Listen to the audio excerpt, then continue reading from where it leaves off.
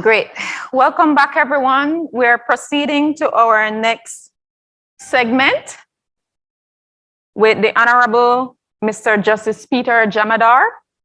He's a recent addition to our Caribbean Court of Justice in July of 2019. He has been described by one of my colleagues as having a very acute mind. So we are looking forward to his presentation. Justice Jamadar. Thank you very much. Just to confirm that you are both seeing and hearing me, is that so? Yes, we are. Okay, great. So good day, everyone. And first of all, thank you for inviting me to be a part of your 2022 annual law conference. From what I've seen, I want to commend you on organizing this during these challenging times. I believe I have about 25 minutes to share with you some thoughts on the basic structure doctrine and its implications concerning the Belize Constitution, interrogating the BISL decision. So that's what I'm going to try and do with you for maybe 25 minutes, and then I think we have some time after that to chat a bit about anything that you may want to raise or ask or comment on. So let's begin. Sometimes what matters most is what is sometimes unseen. And that's a thought that I want to leave with you, or start with, but also leave with you as we journey through this presentation. What matters most is often what is sometimes unseen. You may know that Einstein famously said in an interview that imagination is more important than knowledge. For knowledge is limited to all we know and understand, while imagination embraces the entire world and all there ever will be to know and understand. So I want to begin this chat with inviting you to stimulate your own imaginations and just go with me for a little while as I try to conjure up some imagery to assist us in this interrogation of the BISL judgment and the exploration of the basic structure doctrine. Let's think about a tree. Think about the big leaf mahogany tree, the caoba, which is actually Belize's national tree. As you may know, this tree takes 60 to 80 years to mature and can grow to heights of 75 to 100 feet. Its leaves can grow to 17 inches in length, and it is depicted centrally as an overarching presence in the national emblem of Belize, representing the country's economic foundation.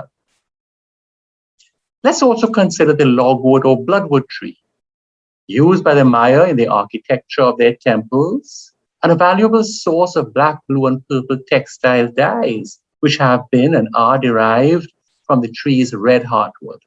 Indeed, from the 1500s, Spanish and then English ships were transporting large quantities of logwood to England and Europe as a valuable trade commodity. Logwood cutters are also depicted on the national emblem of Belize, and the emblem appears on your national flag and, of course, on some of your currency. In Belize, trees are central not just to your flora and landscapes, but also to your economy and to your survival. And it would seem to your very identity. This has been so from the earliest times and continues to be so in your post-independence era.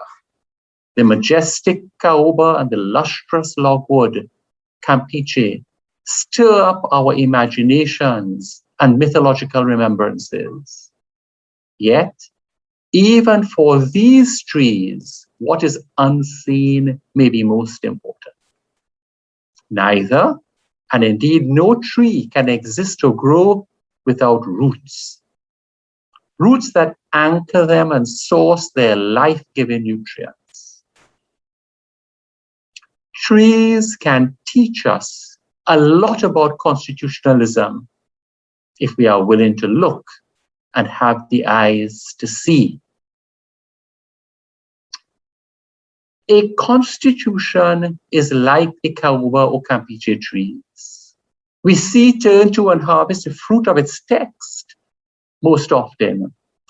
But we need to constantly remember and at times recall its roots. There can be no caoba or campeche without roots. Going deep into the earth, roots anchor, support, give life to, enable growth and development, and sustain trees. Roots go into trunks, into branches, into leaves, flowers, fruits, seeds. The roots of a written constitution do likewise. What then are these constitutional roots to which I make mention? Well, the basic structure doctrine attempts to answer this question and also to provide practical guidance on how this basic deep structure impacts governance, legislation, and public authority decision-making and actions. How can we therefore understand this concept? The analogy of a tree and its roots is a useful analogy. It's a good entry point. The text of a constitution itself is like the tree that we see above the ground: trunk, branches, leaves, fruit, flowers, seeds. The basic deep structure of a constitution is comparable to its roots, lying mostly, though not entirely, below the surface of the earth and not always readily apparent. But in fact, the constitutive superstructure out of which what we see and experience as tree emerges and is sustained. And so we can say that without this basic deep structure, these roots, the Constitution as we know it would fall apart. Let's take a few examples to begin to get a feel for this basic deep structure and how it functions. A long line of case law asserts that the separation of powers is part of the basic structure of Belizean constitutionalism. This is no longer disputable. Yet, nowhere in your constitution is there any mention of a separation of powers. Nowhere. It cannot readily be seen, yet it exists. The same applies to the independence of the judiciary and to the rule of law. Though, in the case of the rule of law, there are preambular clauses, what we can call some visible indicators that mention it. Notice how these three, the separation of powers, the independence of the judiciary, and the rule of law, are integral to the creation and sustainability of a sovereign democratic state as envisaged by the people of Belize and as prescribed in its constitution.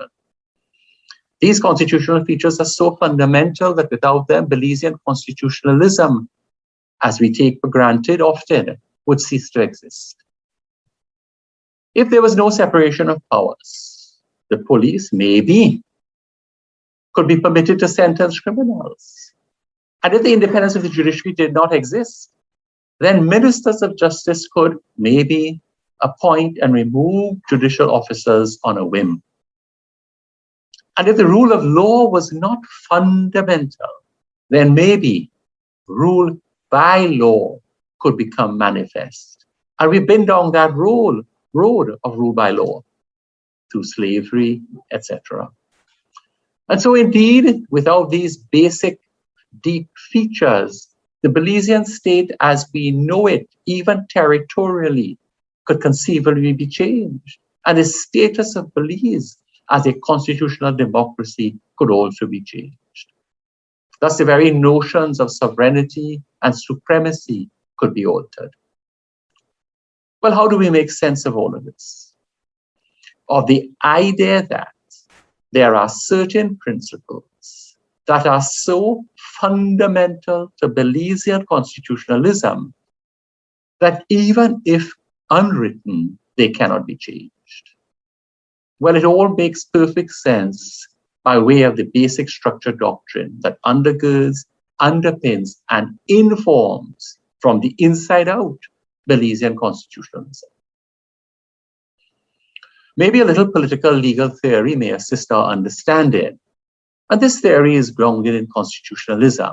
It was discussed in BISL versus the Attorney General of Belize, and I quote, "There can no longer be credible debate disputing the widespread juridical acceptance of an essential, basic, deep structure that is the foundation of, confers integral integrity to, and constitutes the essential core of democratic participatory constitutionalism in Caribbean states such as Belize.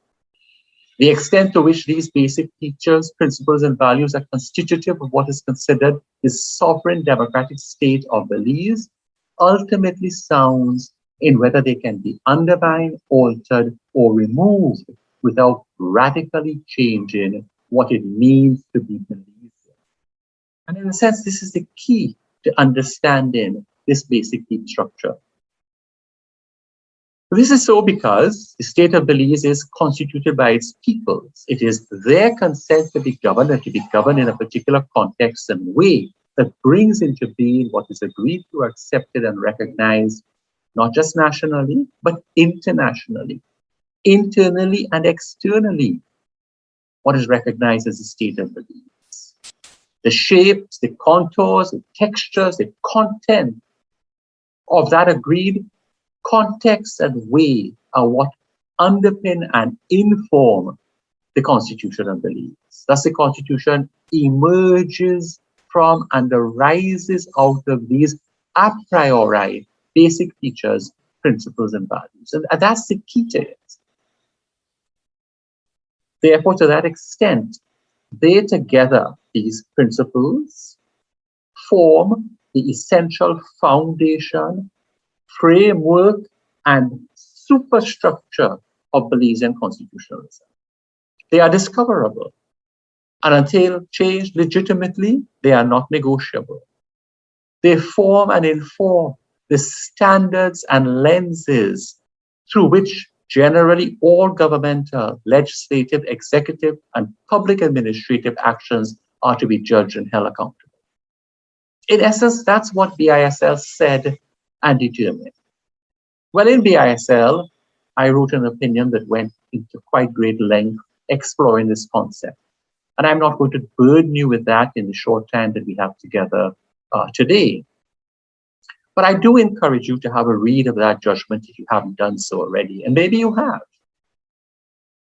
At the heart of what I am speaking about today is the distinctions between constitutive and constituted powers, principles, and structures. The former, constitutive, are often, when identified, indicative of constitutional basic deep structures. As, for example, as I've said, in the case of the separation of powers or the independence of the judiciary, and of course, the rule of law. These three are so integral and fundamental to what constitutes the kind of democratic state that is Belize, that they are almost inviolable, unalterable, in the sense that to change them would be to fundamentally change what is constitutive of Belize's identity as a sovereign and independent democratic state. And so you hear that word identity. I try to use the analogy of your emblemic trees, the mahogany and the bloodwood. Because in a sense, the basic deed structure gives identity to what it means to be Belizean. And so it is worth repeating here what was said in BISL about sovereignty and supremacy. And I quote, two fundamental constitutional principles feature the principles of sovereignty and supremacy.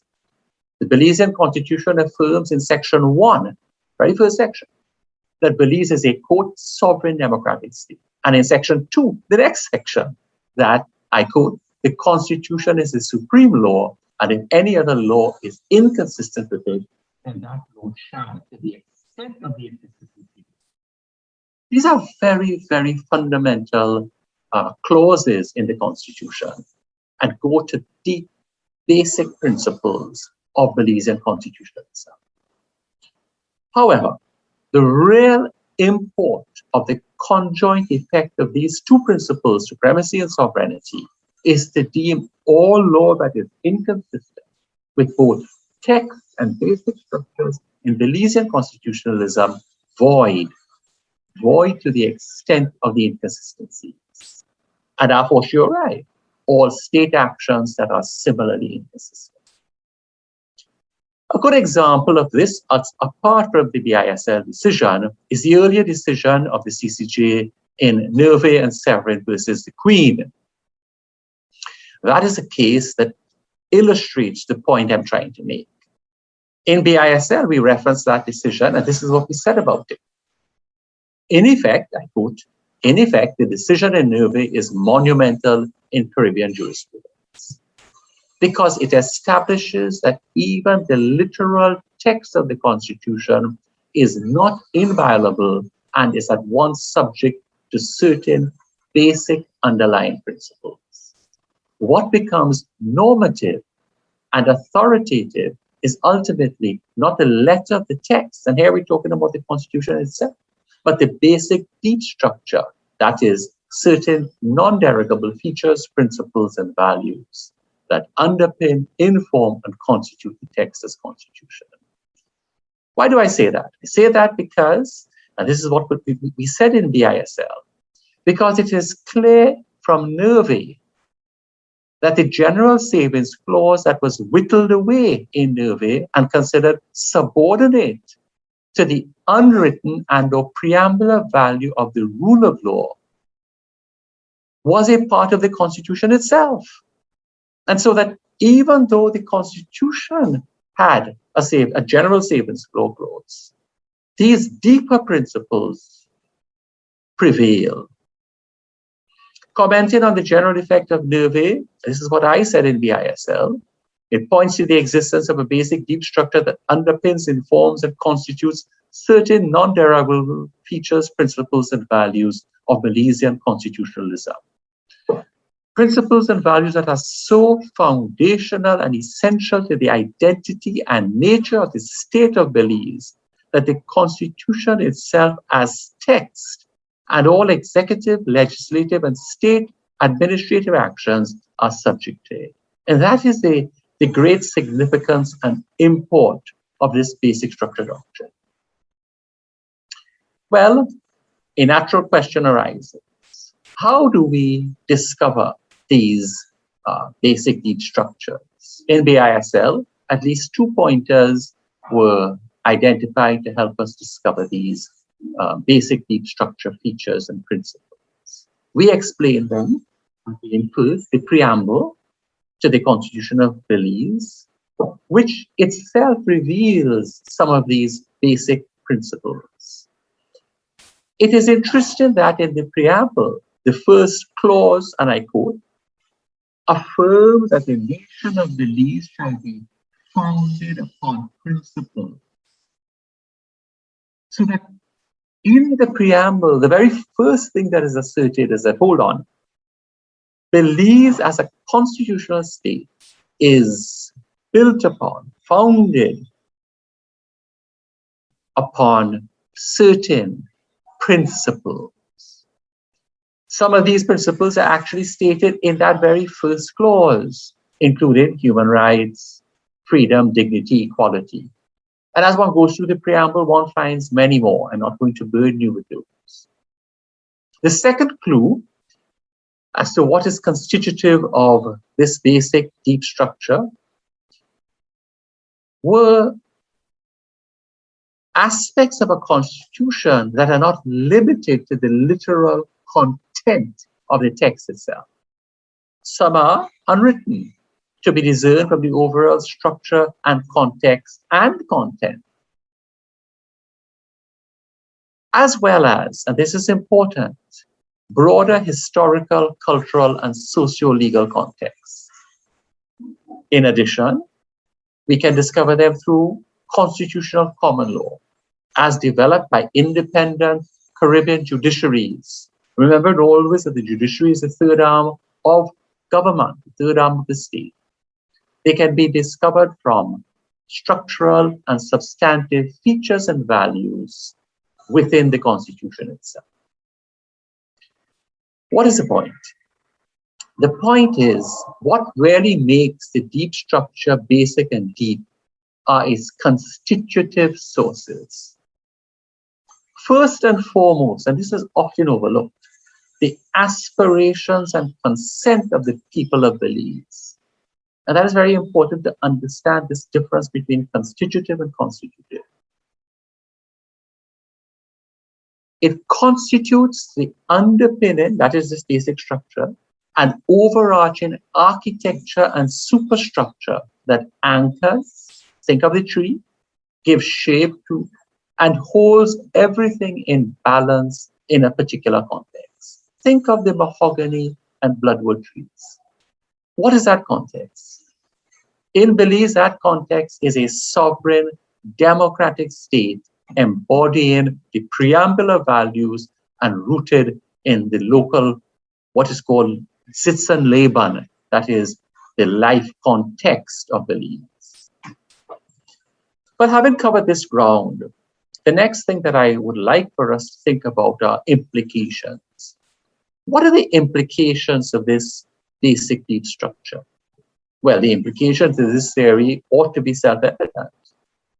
In BISL, we summarized them as follows. Quote, moreover, they form and inform the standards and lenses through which, generally, all governmental, legislative, executive, and public administrative actions are to be judged and held accountable. So that's a summary of the implications. Courts, of course, as guardians of the Constitution, are also guardians of Belizean constitutionalism. As such, they actually act as agents of the people.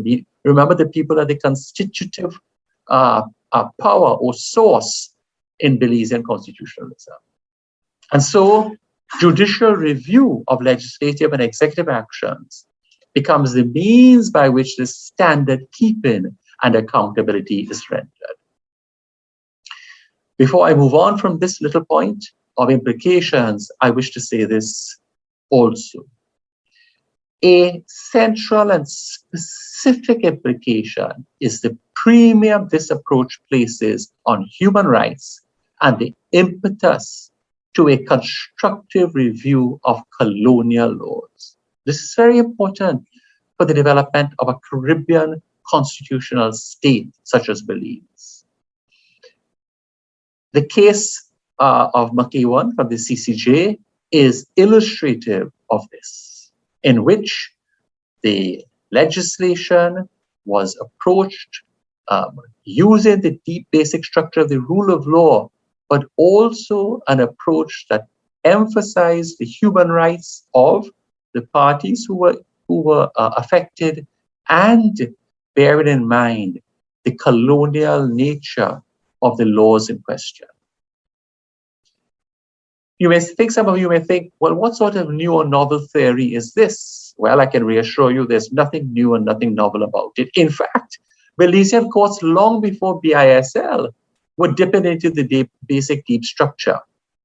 In Bowen versus the Attorney General, the Supreme Court of Belize made use of the basic deep structure to hold that a proposed amendment to the fundamental right of property in the Belizean Constitution was unconstitutional.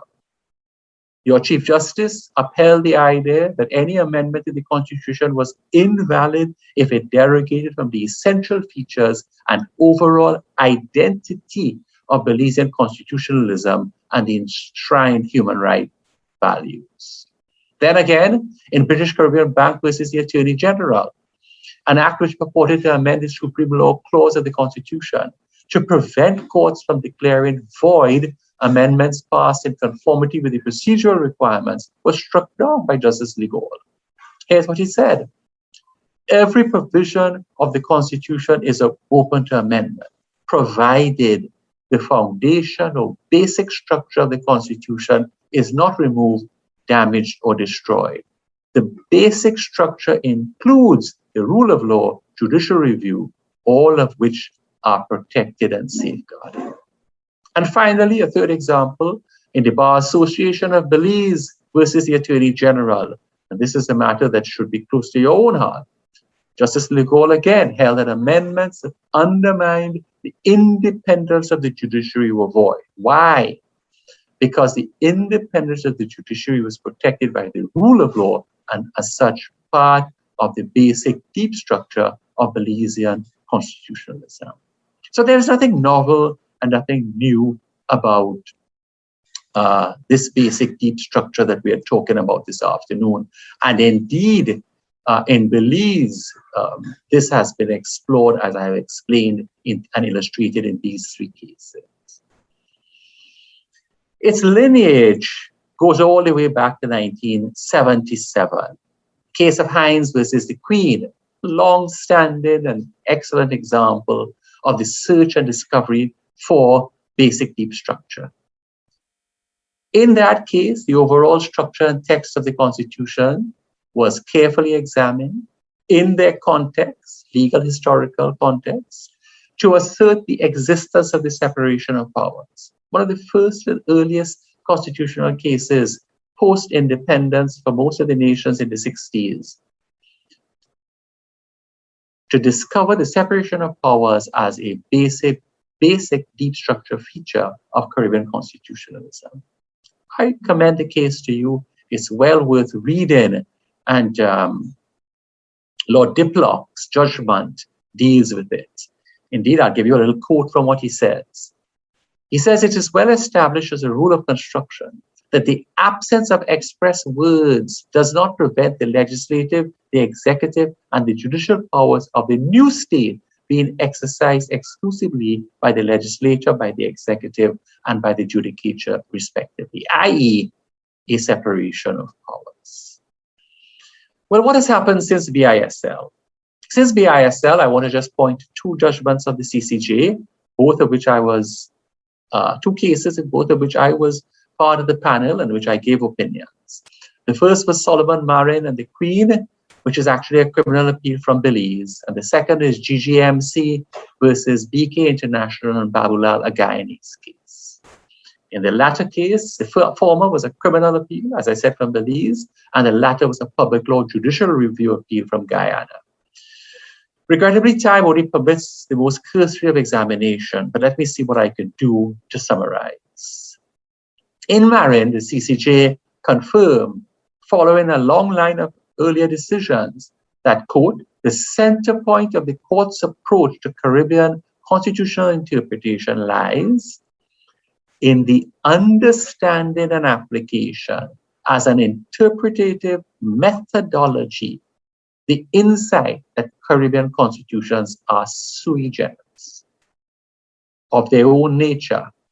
This approach thus, quote, becomes the primary lens through which one must view, read, interpret, and apply. View, read, interpret, and apply constitutional provisions, values, and principles." So that's the essence of what Marin held. One can say that in Marin, the court is saying clearly that the approach to Caribbean constitutionalism is one that has a constitution and right-centric focus. And it is anchored in Caribbean identities. In GGMC, in the context of Guyana, as in most Caribbean states that have written constitutions with supremacy clauses, as Belize does, which I mentioned a little earlier on, judicial review of administrative actions and decisions has, as its source of jurisdiction and power, the core constitutional value and imperative of the rule of law. And so that's what this GGMC opinion is trying to say.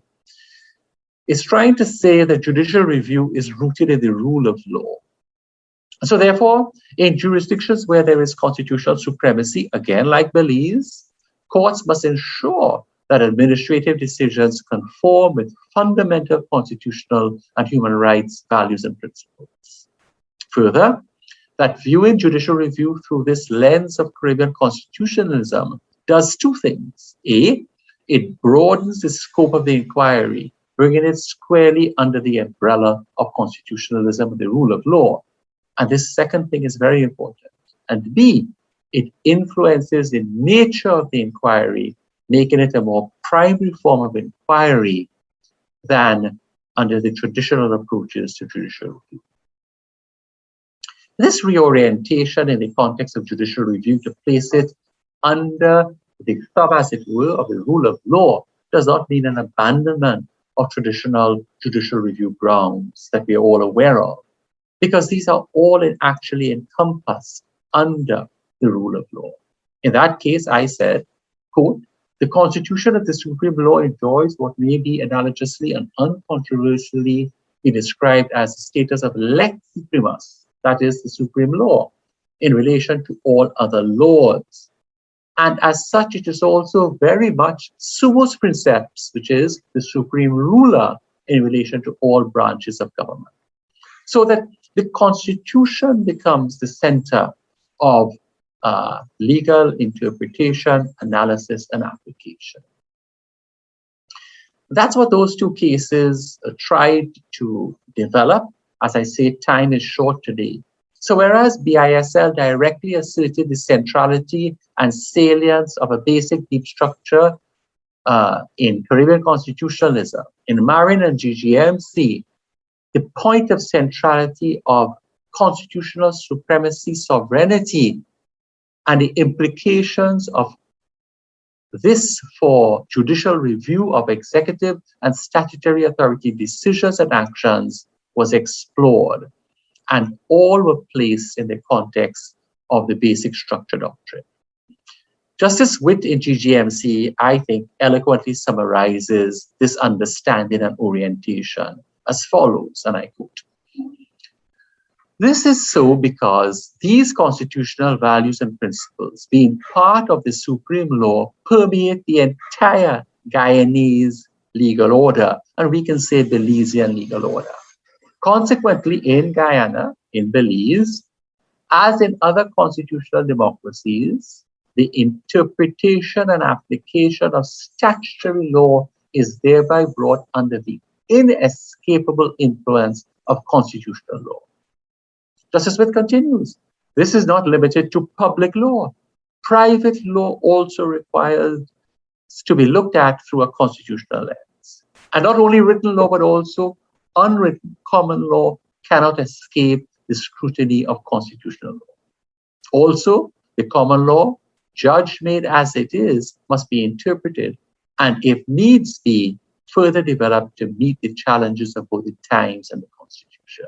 So here's Justice Smith being absolutely unequivocal that the Constitution is sui generis and is at the center of this task of not just lawmaking, but law interpretation and application. In all realms, he said, not just in constitutional and public law, in private law and also in common law. Well,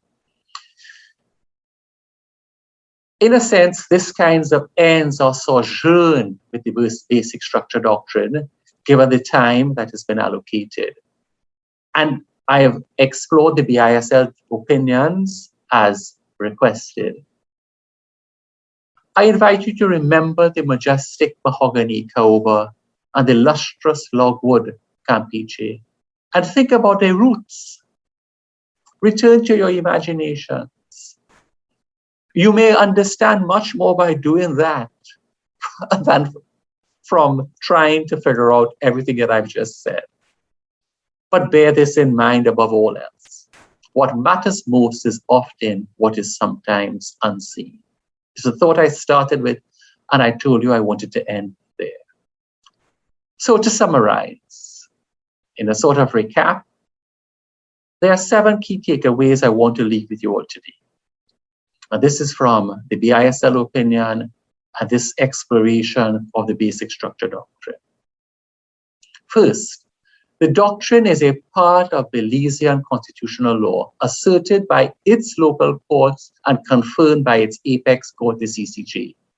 The unavoidable implication of this is that it must be considered by the executive, legislative, and judicial arms of state in the discharge of their functions. Second, the doctrine imposes minimum standards of governance, decision-making, and action that ensure the creation and sustainability of Belizean democracy as constitutively envisaged and intended by the people of Belize. Third, the courts, as guardians of Belizean constitutionalism, have the jurisdiction, power, and I say importantly, duty to ensure that these basic deep structure values of governance are met and upheld. Fourth, Belize is a constitutional democracy in which the constitution and constitutional basic deep structure values and principles are supreme. Parliament is not supreme in Belize. Thus, laws and lawmaking, executive behavior decisions and actions, and public statutory authorities are all subject to these governing basic deep structure values and principles, and they must all conduct themselves and their affairs in accordance with them. Fifth, the judiciary is also subject to and governed by these basic deep structure values and principles, and it too must conduct its affairs and discharge its duties and responsibilities in accordance with them. Sixth, the three main branches of government, parliamentary, executive, judicial, coexist as autonomous, interrelated, and complementary institutions in the context of the separation of powers arrangement. And they do so proximally as constituted authorities under the constitutive authority of the Constitution and the deep basic structure, values, principles. Seventh and finally, constitutional comity among the branches of government, characterized by mutual regard, respect, and practiced margins of appreciation, is assumed in this governance arrangement. Working through and applying the basic structure doctrine requires sensitivity, nuance, and regard for constitutional roles and functions of all arms of government if there is to be effective democracy in Belize. It has been said that we do not see things as they are, we see things as we are. Something to reflect on. And as enigmatic as that statement may be, we do not see things as we are, as they are, we see things as we are. I think it's an invitation for us to look deeply into what is before us and all around us, and to do so with open-minded imagination. And so as I conclude, I ask, can you hear the call of the Kaoba and Campeche? They are inviting us all to look deeply into them. Come, they say, look and look again. What do you see? Can you see the sky and the clouds, the rain and the sun, the earth in them, as them? Can you see your people's history, your own stories, your joys, your sorrows, your hopes, needs, and your aspirations in the Kaoba and Campeche? We can see many things if we take the time to look deeply into them. And this is as true for constitutions as it is for trees. I thank you for this opportunity to share these thoughts with you and look forward to chatting with you a bit now if there are any questions or comments that you have. And I also wish you all the best for the rest of this conference and indeed for all of 2022. Thank you. Thank you very much, Justice Jamadar. We will now take questions from persons present. Do we have any questions on the floor? Jose?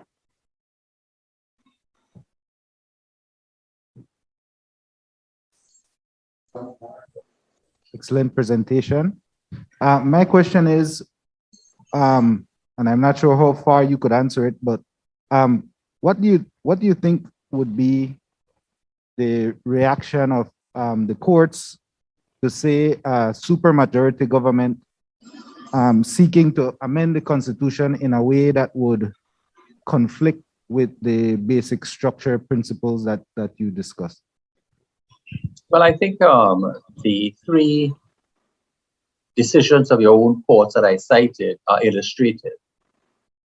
So that I think that the courts, as guardians of Belizean constitutionalism, have a jurisdiction, power, and responsibility to uphold those core values. So if, for example, someone wanted to pass a law that, as in one of the cases, to undermine the independence of the judiciary or to undermine the rule of law, then I think a court can, relying on the basic meat structure doctrine, as I say, as has already been done by your own courts, can say, no, we strike that legislation down, we strike that attempt down. I don't know if that assists in answering your question, but I mean, that would be the sort of natural consequence of what I've tried to share with you today. I was asking if that legislation was actually an amendment to our Constitution itself. Yes, yeah, absolutely. I don't think it changes it. You know, I mean, I think it can become controversial because suppose you have the entire parliament agreeing to abolish the concept of the independence of the judiciary. The challenge may become political, I suppose. But the point of the doctrine is this: there are certain elements of Belizean constitutionalism that actually shape the identity of what it means to be Belizean as a liberal democratic Caribbean state. So slavery was pursuant to law, right? It was ruled by law. The Nazi regime was a legitimate regime according to law. Apartheid in South Africa was according to law.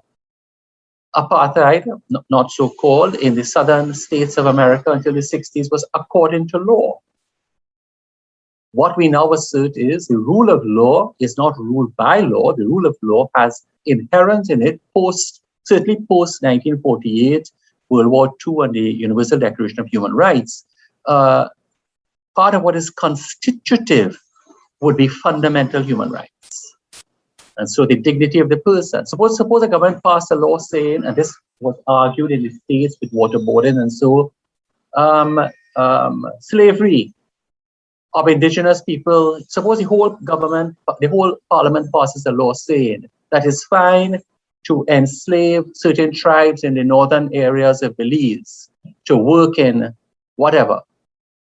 You can do that by a requisite majority. What happens when you come to court? Suppose they amend the Constitution to say that, amendments are subject to whatever, 4/5 majority. What happens? I don't know if that, I don't think we can have final answers, but certainly we can have thoughts about it. Thank you very much, Justice Jamadar. Thank you. Do we have any other questions? Mr. Marshallek?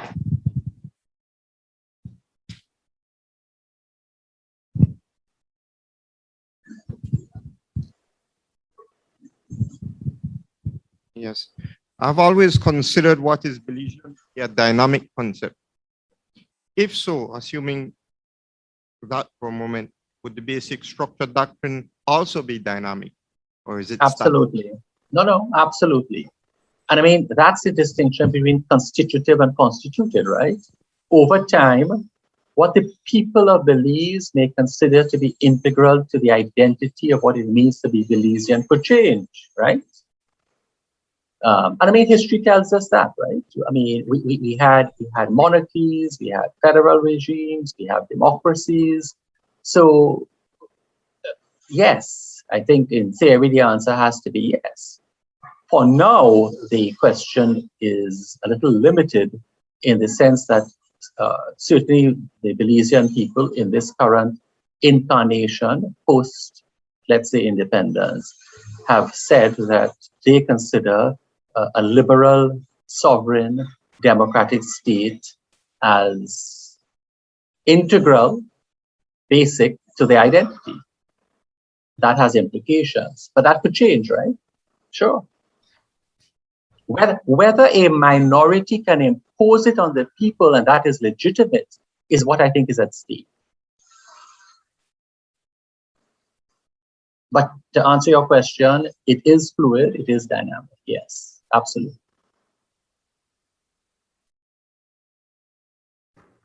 Thank you. We have a few questions virtually.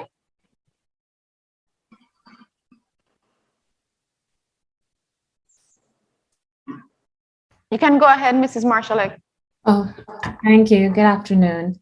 I am interested in, I believe it was a part of the quote from Justice Witt that mentioned the possibility of exploring private law through the view of the Constitution. I'm wondering if you could give us an example of how you see something like that coming into play. Yes.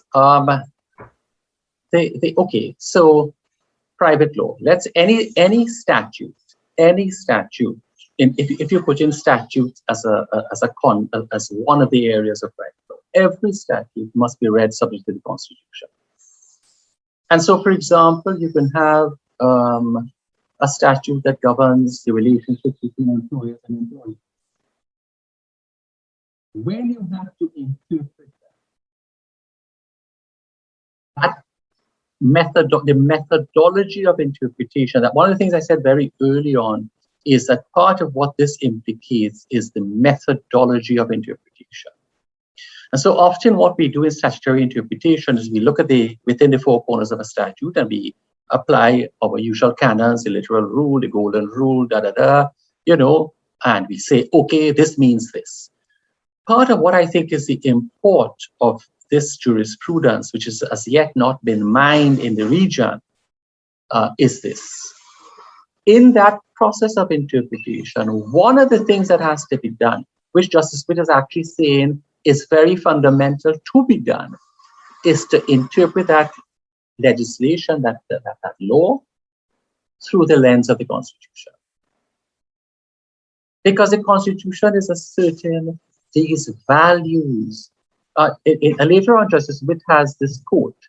He says, I quote, as Justice Barak stated, quote, the world is filled with law. In Guyana, let's say Belize, in Belize, this is no different. But the law must be in tune with the Constitution, which not only imbues the law with meaning, but also commands that it must be complied.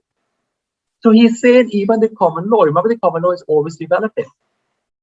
So even in the development of the common law, judges, because the common law is judge-made, we don't like to accept the idea that judges make law. I know there's some traditionalists who say, oh, judges don't make law, judges interpret the law. Well, I don't know what happens with the common law. I don't know what judges are interpreting, but let's just assume that they're making law for the moment.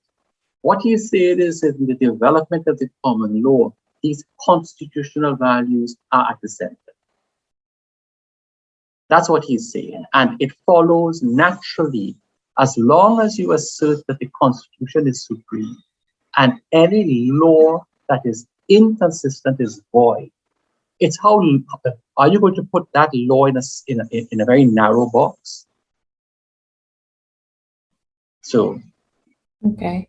Can we extend beyond, say, the private law to the actions of private citizens? You mentioned an employer, for example. Well, so if because an employer takes an action against an employee that doesn't, it might be compliant with a statute, but under the lens of a constitution in terms of upholding the rights of labor, it would then be found not necessarily inconsistent or in breach of the Constitution, but certainly it wouldn't hold up under that light. Yeah, I think that's what the obvious problem in that is the Constitution is governing the relationship between the state and citizens. Right. So this line between public law and private law is creating the challenge that you're raising. Mhm. I don't know that we can have the direct importation. I don't know if our judges are as yet that courageous or have developed the skills to make that argument. But what can be done is the very statute that governs the legal relationships can be read in the light of the Constitution because of Section 2. Mhm. So it's not a direct reading of the Constitution. So human rights principles do not govern private law relationships. We all know that. Right. But in reading and interpreting a law, they can have an influence on how we read, interpret, and apply. To read, interpret, and apply the law in a way that most conforms to the constitutional values. And remember, that is exactly the point, albeit in criminal law, of McEwan. That is the cross-dressing case out of Guyana, in which what they're holding is that, these fundamental principles, this law we have to see and test this law to see if it's consistent with them. And if it's not, either we read the law in such a way to make them consistent, that's the modification principle, or if necessary, we strike down the law. Well, I don't see that is limited only to criminal law. I think it applies to any statute because Section 2 says clearly, and this is a text, any law that is inconsistent with the Constitution is void to the extent of the inconsistency. And then the modification clause in the Act that to which the Constitution is an appendix says that laws are to be modified to bring them in conformity with the human rights provision. I don't know if that helps you. I don't think there is an easy answer, but I'm hoping that this helps you understand maybe the thought process. Does it? Yes, it did. Thank you. Yeah. Just trying to see how far it would test in practical terms. That's for you to do in the courts, and it may reach us, and we'll decide. All right. Thank you. Yeah, I look forward to the cases coming.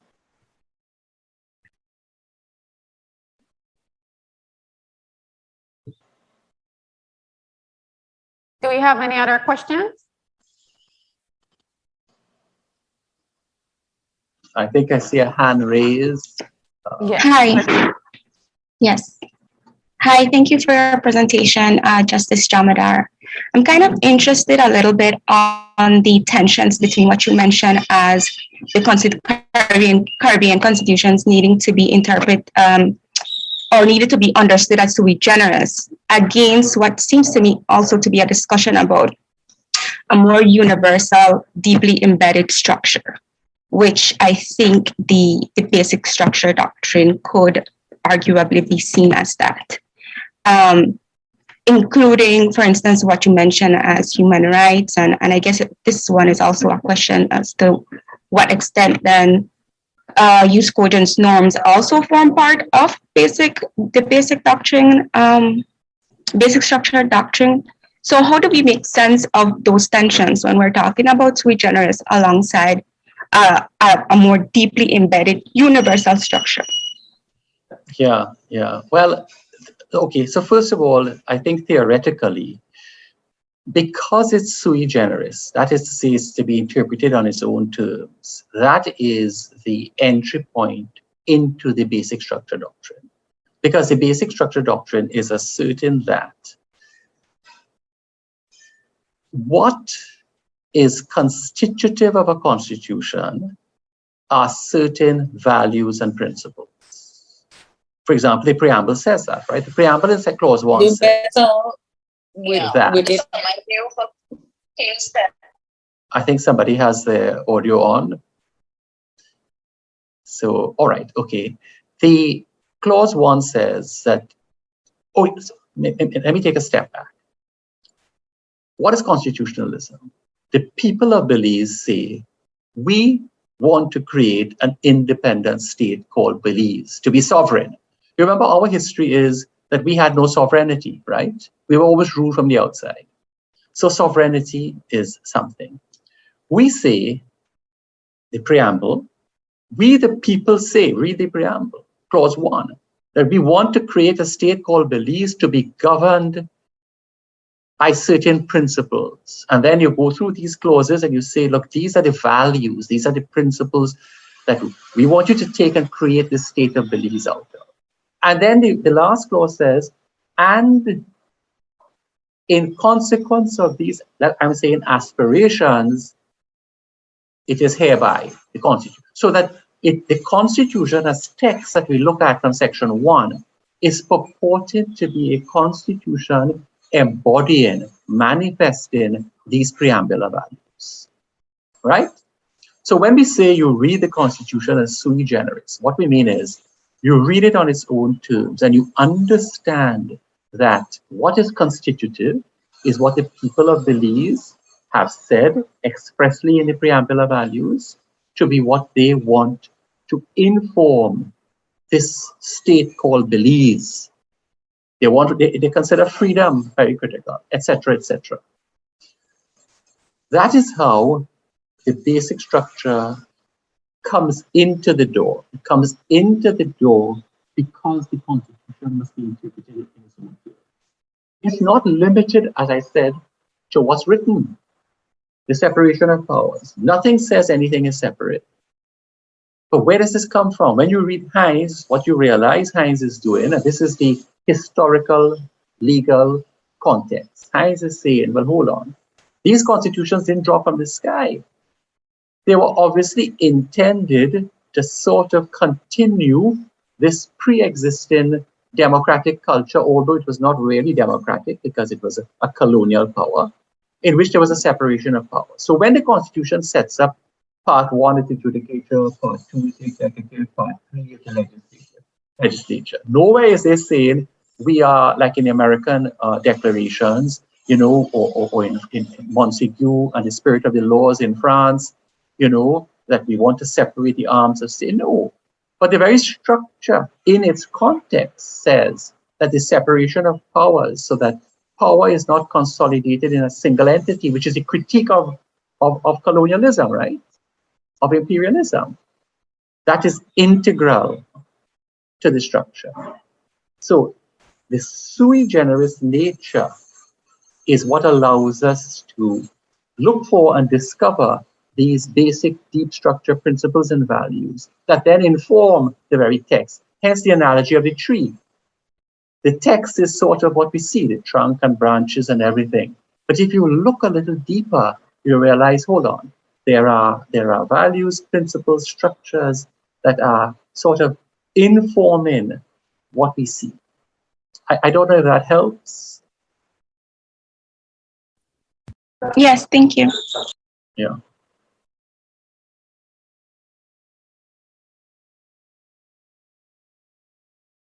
Do we have any more questions?